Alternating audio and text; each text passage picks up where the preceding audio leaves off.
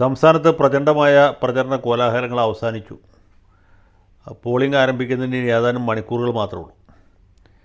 പ്രമുഖ TV ചാനലുകളൊക്കെ വിവിധ ഏജൻസികളുടെ സഹായത്തോടുകൂടിയിട്ട് അഭിപ്രായ സർവേകൾ നടത്തി അതിൻ്റെ പല സൂചനകളും പുറത്തുവിടുന്നുണ്ട്. എല്ലാ സൂചനകൾ പ്രകാരവും ഐക്യ ജനാധിപത്യ മുന്നണിക്കാണ് മേൽക്കൈ ഉള്ളത്. ഇടതുപക്ഷ ജനാധിപത്യ മുന്നണിയുടെ കാര്യം വളരെ കുഴപ്പത്തിലാണ്. ഏതാനും സീറ്റുകൾ മാത്രമേ അവർക്ക് പൊരുതാനെങ്കിലുമുള്ള സാധ്യതകൾ അവശേഷിക്കുന്നുള്ളൂ എന്നാണ് പറയുന്നത്. ഈ തെരഞ്ഞെടുപ്പ് പ്രഖ്യാപിച്ച സമയം മുതൽക്ക് അല്ലെങ്കിൽ അതിന് മുമ്പ് മുതൽക്ക് തന്നെ പലവിധ വിവാദങ്ങളാൽ നമ്മുടെ കേരള രാഷ്ട്രീയം കലുഷിതമാണ്. നമ്മുടെ മുഖ്യമന്ത്രി നടത്തിയ അതിഗംഭീരമായ നവകേരള സദസ്സ് 140 മണ്ഡലങ്ങളിലും മന്ത്രിമാർ എല്ലാവരും ചേർന്ന് ഒരു പഠന പര്യടനം നടത്തുകയും ജനങ്ങളുടെ പരാതികൾ നേരിൽ കേൾക്കുന്നു എന്ന വ്യാജേന സർക്കാരിൻ്റേതായ ഒരു രാഷ്ട്രീയ പ്രസംഗം നടത്തി തിരിച്ചു പോരുകയും ചെയ്തു. അതുകൊണ്ട് ഖജനാവിലേക്ക് വലിയ സാമ്പത്തിക ബാധ്യത ഉണ്ടായി എന്നുള്ളതല്ലാതെ ജനങ്ങൾക്ക് യാതൊരു പ്രയോജനം ഉണ്ടായില്ല എന്നൊരു പരാതിയുണ്ട്. മാത്രമല്ല ഈ കൊട്ടിക്കലാശം ഇതിൻ്റെ ഘോഷം നടക്കുന്ന സമയത്ത് തന്നെ ക്ഷേമ പെൻഷനുകൾ മുടങ്ങുന്നു, സർക്കാർ ഉദ്യോഗസ്ഥരുടെ ശമ്പളം വൈകുന്നു, അല്ലെങ്കിൽ ഖജനാവ് മൊത്തം കാലിയാവുന്നു. ഇങ്ങനെ ഒരു പരാതി മറുഭാഗത്ത് നിൽക്കുന്നു. വികസന പ്രവർത്തനങ്ങൾക്ക് പണമില്ലാതാവുന്നു. വലിയ സാമ്പത്തിക പ്രതിസന്ധിയിലേക്ക് സംസ്ഥാനം മുങ്ങിത്താഴുന്നു. അപ്പോൾ അതിനൊരു പരിഹാരം എന്ന രീതിയിൽ കേന്ദ്ര സർക്കാരിനെതിരെ സുപ്രീം കോടതിയിൽ കേസ് കൊടുക്കുന്നു. അവിടെ നിന്ന് പ്രത്യേകിച്ച് അനുകൂല ഉത്തരവുകളൊന്നും കിട്ടാതെ മുന്നോട്ട് പോകുന്നു. അതേസമയത്ത് സർക്കാരിൻ്റെ അഴിമതിക്ക് ധൂർത്തിന് കെടുകാര്യസ്ഥതയ്ക്ക് യാതൊരു കുറവും സംഭവിക്കുന്നില്ല.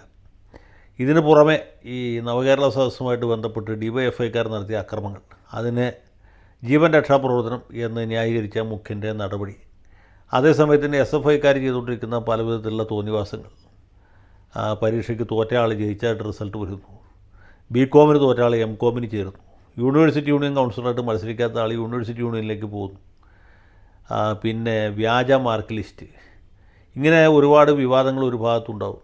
പിന്നെ ഗവർണറെ വഴി തടയുന്ന പോലെയുള്ള അത്ഭുതകരമായ പ്രവൃത്തികളുണ്ടാകും. ഉന്നത വിദ്യാഭ്യാസ രംഗവുമായി ബന്ധപ്പെട്ട് അനവധി പരാതികളുണ്ടാകും. ചില പ്രധാനപ്പെട്ട നേതാക്കന്മാരുടെ ഡോക്ടറൽ തീസീസിൽ നിരവധി തെറ്റുകളുണ്ട് എന്ന് കണ്ടുപിടിക്കുന്നു. ഒരുപാട് വിഷയങ്ങൾ അതുമായി ബന്ധപ്പെട്ട് ഒരു ഭാഗത്ത് നടക്കുന്നുണ്ട്. അതിനിടയിലാണ് ഈ പൂക്കോട് വെറ്റിനറി കോളേജിൽ സിദ്ധാർത്ഥൻ എന്ന് പറഞ്ഞ യുവാവിൻ്റെ പൈശാചികമായ അന്ത്യം.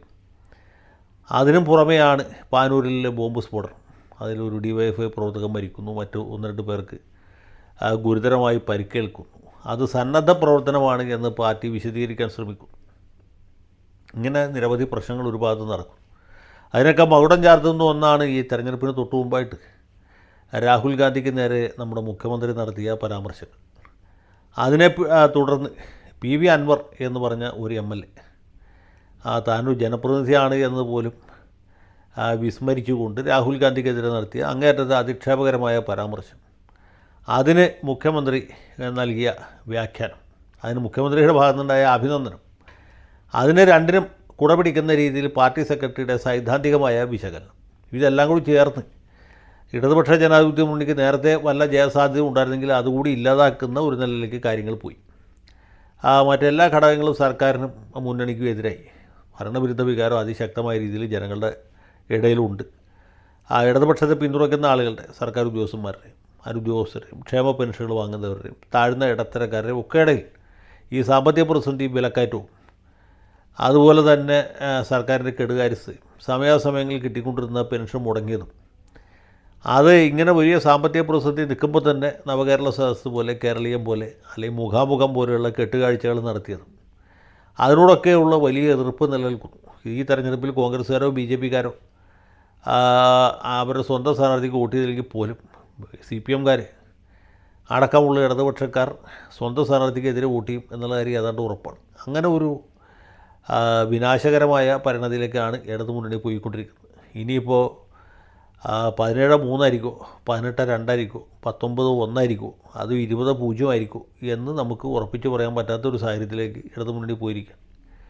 ഏതായാലും UDFനാണ് മേൽക്കൈ എന്നുള്ള കാര്യത്തിൽ യാതൊരു സംശയമില്ല. 1-2 സീറ്റുകളിൽ BJP ശക്തമായ മുന്നേറ്റം നടത്തും. അവർ ഏതാണ്ട് ജയത്തിനോട് അടുത്തെത്തും എന്നുള്ള കാര്യത്തിൽ സംശയമില്ല. അവർക്ക് ജയിക്കാൻ കഴിയുമോ ഇല്ലയോ എന്നുള്ളതിനെക്കുറിച്ച് ഇപ്പോൾ ഒരു പ്രവചനം നടത്തുന്നതിൽ കഥയില്ല.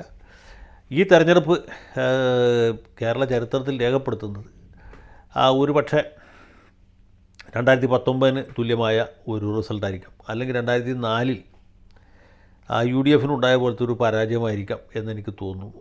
ബി ജെ പിയുടെ വോട്ട് ഷെയർ വർദ്ധിക്കാൻ സാധ്യതയുണ്ട്. അതും ആത്യന്തികമായിട്ട് എൽ ഡി എഫിന് തന്നെ ആയിരിക്കും ദോഷകരമാകുക എന്ന് തോന്നുന്നു.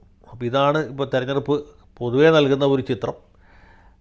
യു ഡി എഫിന് മേൽക്കൈയുള്ള ഒരു തെരഞ്ഞെടുപ്പാണ്. ബി ജെ പിയുടെ സാന്നിധ്യം ഏതാനും മണ്ഡലങ്ങളിലെങ്കിലും വളരെ ശക്തമായിട്ട് കാണപ്പെടും. സീറ്റുകൾ കിട്ടുമോ ഇല്ലയോ എന്ന് പറയാൻ പറ്റാത്ത ഒരു സാഹചര്യമുണ്ട്. എൽ ഡി എഫിനെ സംബന്ധിച്ചിടത്തോളം സ്ഥാനാർത്ഥി നിർണ്ണയത്തിലുണ്ടായ പാളിച്ച, അതിശക്തമായ ഭരണവിരുദ്ധ വികാരം, പിന്നെ ദേശീയ രാഷ്ട്രീയത്തിൽ ഇനി ഇടതുപക്ഷ പാർട്ടികൾക്ക് പ്രത്യേകിച്ച് വലിയ പങ്കൊന്നും വഹിക്കാനില്ല എന്ന് ജനങ്ങളുടെ ഇടയിലുണ്ടായിട്ടുള്ള ഒരു തിരിച്ചറിവ്, ഇതെല്ലാം വിനാശകരമായിട്ട് ഭവിക്കും. ഏറ്റവും പ്രധാനപ്പെട്ട കാര്യം സർക്കാരിൻ്റെ എതിരായിട്ടുള്ള വലിയ ജനരോഷമാണ്. അപ്പോൾ കോൺഗ്രസ്സുകാരോ ബി ജെ പിക്കാരോ ലീഗുകാരോ ഒന്നും വോട്ട് എൽ ഡി എഫിലേക്ക് വരാൻ പോകുന്നില്ല എന്ന് മാത്രമല്ല, എൽ ഡി എഫിൻ്റെ ധാരാളം വോട്ട് മറുഭാഗത്തേക്ക് ട്രാൻസ്ഫർ ചെയ്യപ്പെടാനുള്ള സാധ്യത കൂടി നമ്മൾ കൺമുമ്പിൽ കാണുന്നു.